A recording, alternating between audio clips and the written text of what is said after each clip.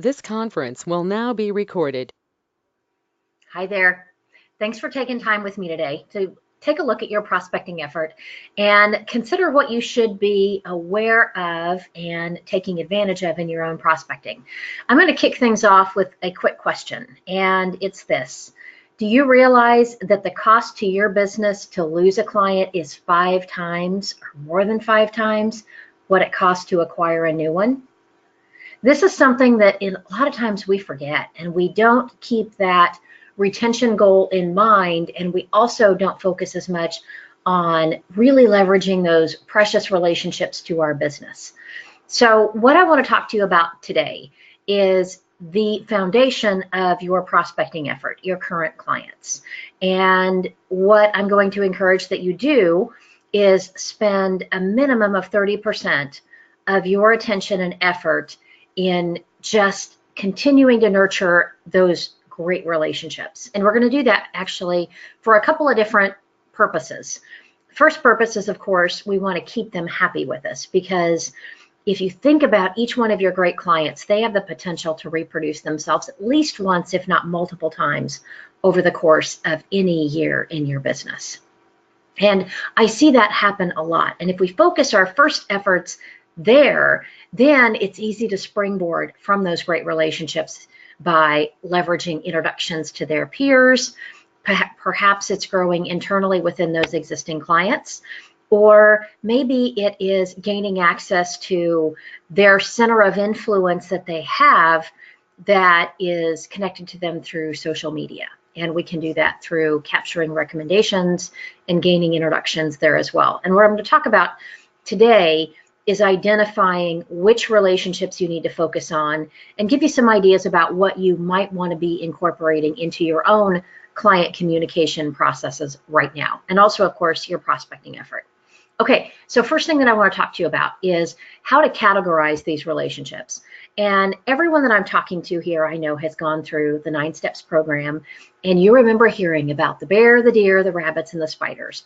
Well, know that we sent the animals back to the forest.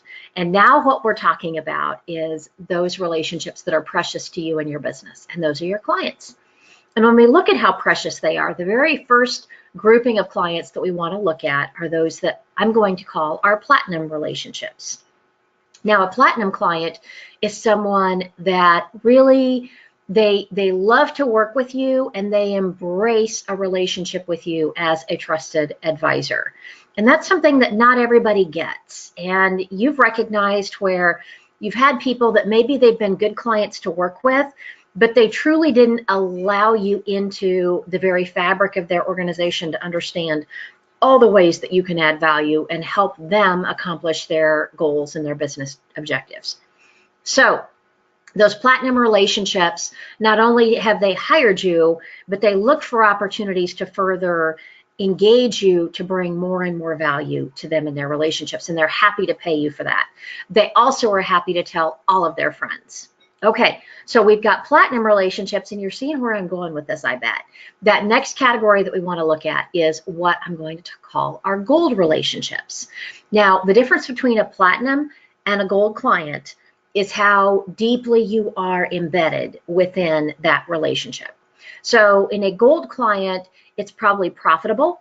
It's probably business that you love to do. It was probably great cash flow to get started, and they're appreciative, but yet you haven't fully become entrenched in that relationship. You're not embedded there. They don't come to you with questions. They don't come to you with challenges.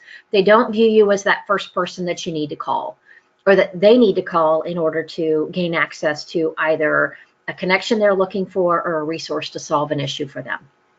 And in a lot of cases, how you're going to transition that gold relationship to the client relationship, that is how you engage with them and how you set expectations and how you create value, and how, in a lot of cases, it's how you onboard them and bring them into your process and into your service offering. And don't think if you only offer one area of service, that is no excuse for you to not really embed yourself in there. Because if you only offer one service, then that means you need to have all of these other relationships surrounding you that are going to enhance the value that you bring, so that you bring a more comprehensive solution. Otherwise, I promise you a competitor is going to be able to edge their way in there and potentially drive you out. And we don't want that happening. All right, so we've talked about the platinum. We've talked about the gold relationships. That next category is a silver client. Now, when you take on a silver client, it's kind of like when you get them and they're shiny and they're new and they're bright and they're really pretty. And they look attractive, just like those gold clients. But over time, you find that that relationship develops a little bit of tarnish and isn't quite as precious to your business as it was when it first started. So it can lose its luster. And a silver client is someone that they view you transactionally. They keep you at arm's length within their organization. They may not embrace a relationship. Perhaps they treat you like a vendor. And it truly is a mindset with how a silver client is going to engage with you or not engage with you. And it's one that it's really hard to overcome because some people just don't get it. All right, so we've talked about platinum, we've talked about silver, we've talked about gold, but there's something that's missing, isn't there? You think about that other category of clients that can be toxic to you and your business. And much like if you acquire a house that maybe it has lead pipes in it, know that at some point your plumber is probably going to recommend you take them out because they can be corrosive. Well, lead clients can be corrosive to your business as well. They're unappreciative. They take up a whole lot of attention. They distract you from better paying opportunities. In some cases, you're never going to make them happy. And those clients, instead of talking about you to one person, they're going to broadcast it out. And now through social media, they can potentially reach even hundreds and tarnish your brand in a bad way. So recognize where those lead relationships are. And of course, we want to manage those out of your client base and focus your attention on the platinum and on the gold relationships. Now, what we're going to talk about, so take a look at your clients that you're working with today. And your assignment that I want you to have today is to group your clients in those three categories and hopefully recognize if you have any in those fourth categories that you want to kind of edge them out. Then what I want you to do is I want you to make a list of those top clients that you see that really, really, really get what it's like to work with you. And they have experienced the benefits of how you serve them, and they truly value that relationship. And those relationships, I want you to go do the 4-question survey with, and you probably remember that from your 9 Steps days, and that's where you go and visit with them about why they hired you. Did you deliver? What else did you basically bring to them that was above and beyond what they expected? And then, of course, who do they know? But those clients also, what I'm going to encourage you to do, and where we're going to go tomorrow with our mini training session, is we're going to talk about how we identify where you can further enhance and grow that relationship that you have currently, because I want you to identify all of the opportunities that you have to cross-serve that client and capture more and more business, or bring your referral partners in so that they can also add more value to your process as well.